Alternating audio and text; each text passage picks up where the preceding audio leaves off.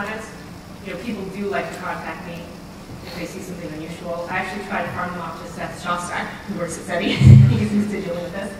But actually, no, people really want to believe, and it's something sort of outside of science that I struggle with philosophically. Why? Why does everybody want to believe? There has to be a reason why so many people want to believe in aliens. And I just try to tell them, like I'm telling you, we're doing the real search here. We're really looking for planets like Earth. And we're not necessarily looking for aliens. If we found them, of course, it would be great. But the third talk, I will explain how we're looking for signs of life, and we won't really know if that was aliens, intelligent life, or if it's from really just bacteria and other microbial life. So I want to believe, I hope they're out there. But for now, we'll turn back to what happening matters.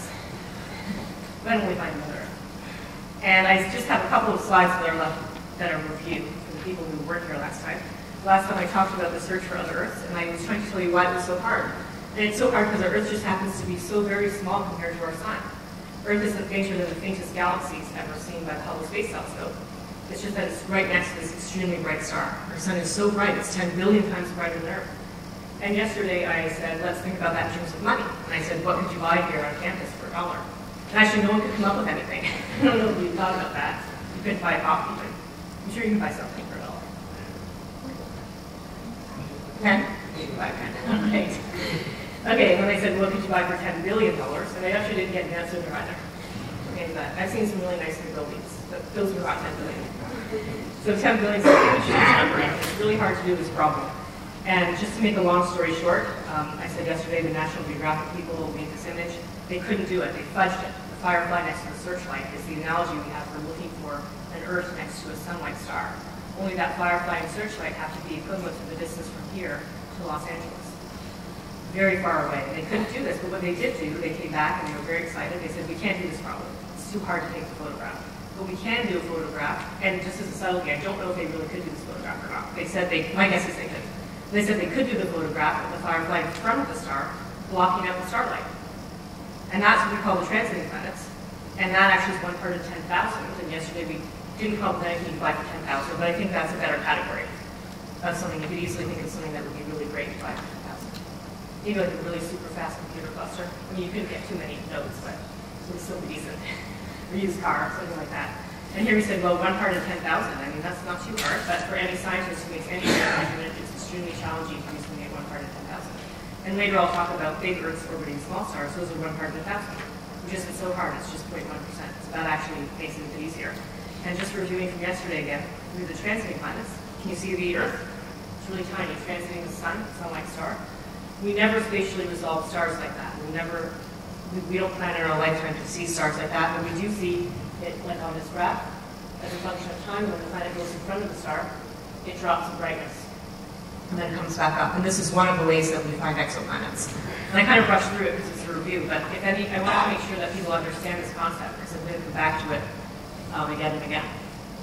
Transiting planets, planets going in front of the star, we measure that curve to look for the characteristic drop in brightness. And yesterday we also talked about Kepler. And we talked about how, and I'm actually sorry, this is my last review slide, then I'm going to get into the new material. We talked about Kepler, and I emphasized one specific point from Kepler, that is, Kepler will answer one of the ancient questions: how common are other Earths? Does every star have an Earth-sized planet? Remember the difference between Earth-sized and Earth-like? Does every star have an Earth-sized planet in an Earth-like orbit? Or is it a fraction of the stars, and what is that fraction? That's what Kepler will do. But Kepler is not designed to deliver on saying, that star has a planet the size of Earth. Kepler will likely not do that. Kepler will tell us statistically what's out there. So in the search for Earth-like planets, we really want to follow them up. We want to be able to see their atmospheres and look for the chemicals in them to tell whether the planet is like Earth or not, whether it's more like Venus or more like Earth. And so Kepler's set of planets, when it finds a set of Earth-like, Earth-sized planets, we won't be able to follow those up to detail. So I want to make that really clear for everybody. And people will say, oh, you're so greedy. You want the Kepler, then you want to do something else. Why couldn't you do it all together? Well, we didn't have a way to solve it all together. So Kepler tells the frequency, and we'll use that information to decide what to do next. So Kepler is going to tell us the frequency, and we'll move on from there. Now, why we like transiting planets so much, I'm going to now focus on the atmosphere for a minute, is it's about looking at the atmosphere. And when we have several ways to do it, we're not entirely sure. Okay, I'm going to actually add a subtlety here for the atmospheric science people. But basically, the planet goes in front of the star, and some of the starlight passes through the atmosphere. We can actually measure the spectral features from the planet this way. This has been done for a handful of planets. When the planet goes behind the star, the planet disappears and reappears. And actually we can measure the thermal emission from the planet. But I want to just, because I did just talk to a bunch of very enthusiastic atmospheric escape researchers. And the reason we're fixated on those hydrogen-rich atmospheres is because their scale height is bigger and their atmosphere will be puffier, giving us more of a chance to observe the transit. So we really want to know if those planets that are hydrogen-rich are out there. Super Earths that are hydrogen-rich. So transiting planets are the way we have a chance of studying the atmospheres, and we have done this for about 3 dozen hot Jupiter transiting planets, a subset. We want to find the big Earths that we can do this same experiment for. So transiting planets are a great set of planets. We want to find more of them. We want ones whose atmospheres we can follow up. That's one way to do the problem. It won't be the Kepler objects. It will be a set of other objects that I'll get to soon. Now, the next way to find planets is direct imaging. The next way to find planets that we can follow up to see if they are like Earth is direct imaging. And here I'm showing you state-of-the-art direct imaging, one of my favorite images of all times in all of astronomy. And this image is taken of an 8-star, HR8799. Remember HR8799? And what you see in the center is the star. It looks kind of mottled because the star was actually removed from the image. But it can't, it's like taking a picture outside when there's snow, and if you want to remove all the snowbanks from the image, because they're so bright. You actually can't remove it perfectly. It's impossible to remove it perfectly. And so when they remove the starlight, they're left with this mottled image. So it's just artifacts in the image. We would just say the PSF, but it's in the image. You're left with these artifacts. And look what pops out here. There's planets. They're labeled B, C, and D. Remember we talked about how they're labeled in the order that they're found. Because wouldn't you want to put B closer to the star and the other ones further? But it's easier to find the planets further from the star, so B got labeled out here. Now what's so great about these planets is that they were seen to move slightly in their orbits. And so this is a really, really great picture of an extrasolar planetary system. Beautiful image. How far away? I'm trying to how far away it says. Here it says 40 parsecs away. Here it says 40 parsecs away. So 120 light years away. 120 light years away. So it's relatively close. I mean, it's things far, but it's relatively close on the scale of our whole galaxy and our universe. But there you go. It's about 40 parsecs away. And these planets are about, here I've listed how far they are, about 20, 40, and 60 astronomical units away. So now I'm trying to give you a feel for if we wanted to do Earth this way, could we do Earth with direct imaging? Just taking that picture. Could we do it if this is state of the art? So the closest one is 20 AU away, so Earth would be in here. Earth is only one astronomical unit from this star, buried in here. And these planets are at the planet-star ratio is about 1 part in 10,000 or 1 part in 100,000. Remember what I said for Earth? 1 part in 10 billion. So many orders of magnitude away. I see people frowning. It's a hard problem. It's many orders of magnitude away, and Earth would be much closer in. I'm just trying to set the stage for you about how difficult it is to find our house. And my whole talk isn't pessimistic, but this part was crazy. Yeah, and I know most of you were here yesterday, some of you weren't, but okay, no, I'll come to that thought in a minute. Okay, and I'm only going to gloss over this, so if you haven't seen this before, I don't have time to explain it to you. But if you have seen it, I just wanted to remind you that there are about 5 different techniques for finding exoplanets. And each one of them can find Earth, but I've decided to focus on the techniques where you can follow up the atmosphere. So it's direct imaging and transits. The other techniques can also find Earths, but we'll only know if they're Earth mass. We won't know any specific details about them.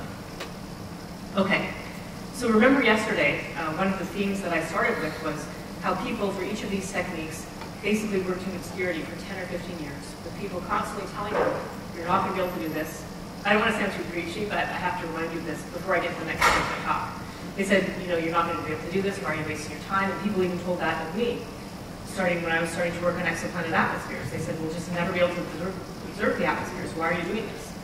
And really, people do that, but exoplanets has thrived on individuals who want to do things that are high risk and who are willing to work in obscurity for a decade or more because they love the technical details and they believe there will be a chaos someday. And I'm telling you that now because the next part of my talk is going to be even more extreme than anything. And we have the stake in exoplanets. All roads lead to terrestrial planet finding. Darwin's single gene version. Okay, so we really believe that this will happen someday. So for direct imaging, there's a really nice problem in physics, diffraction. And this is an interesting problem for exoplanets because if you could put up a perfect telescope, that perfect mirror in space, it doesn't have to be perfect, but a nice mirror, and the star is a point source far away, actually, you know, you'll have diffracted light. So I'm hoping most people in here know what diffracted light is. If you don't, think of it like when you drop a pebble in the pond and you get those ripples. So light can act like a wave, but you just get ripples, just like dropping that pebble in the pond. And so if we had this, you get these so-called area rings. These are the same as the logarithm version of this, but look. So this is what your star would look like. If your star's a point source and you're observing it with a telescope, you would get that pattern instead of the point source, because the light waves bend around the mirror. So it turns out that that first ring is 100,000 times brighter than the planet you're looking for. So it's a problem, because diffracted light is going to be a problem for you when you want to find that Earth.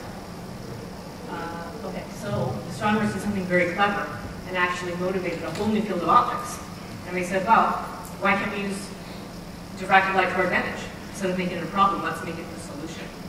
And actually, I was at Princeton as a postdoc when David Spergel took a summer off of cosmology, another convert from cosmology to exoplanets, and just spent the summer fooling around, and he came up with this thing called a cat's eye. It's actually a Gaussian.